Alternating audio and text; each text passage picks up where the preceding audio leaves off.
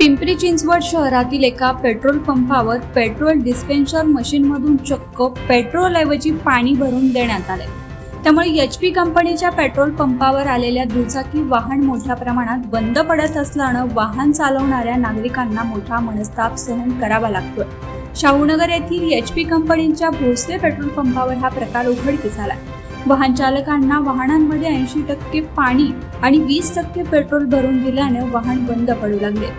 दुचाकी वाहन बंद पडल्यानंतर दुचाकी वाहक चालकांना अक्षरशः त्यांची वाहनं उलटी करून पेट्रोलच्या टाकीतून पाणी बाहेर काढावं लागत आहे। पेट्रोल पंपाच्या टाकीची योग्य प्रकारे निगा न राखल्यामुळे टाकीमध्ये पाणी गळती झाली असावी असा प्राथमिक अंदाज व्यक्त करण्यात येतोय।